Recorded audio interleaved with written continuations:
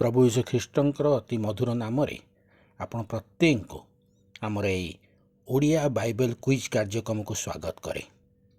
आपण माने आम सहित अंशी होती धन्यवाद मुझे जनाए।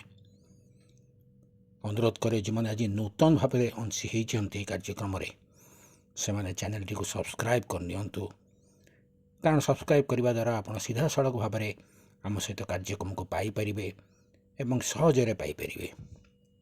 ता छड़ा आपण मैंने ये कार्यक्रम भल लगे आमको लाइक करी मध्य उत्साहित करंतु, तत्सहित अन्य मान को मध्य अंशी करांतु, ये वीडियो को अन्य मान को शेयर मध्य करंतु।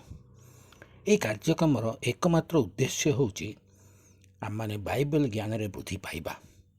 वर्तमान समय आम माने बाइबल संबंधी किसी प्रश्न उत्तर करुअछु।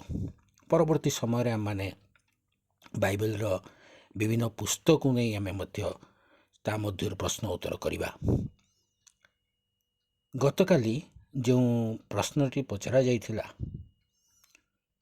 प्रश्नटी थिला बाइबल शब्दर प्रकृत अर्थ कौन। बाइबल शब्दर प्रकृत अर्थ कौन? उत्तरटी होची पुस्तक। पुस्तक मन रखंतु।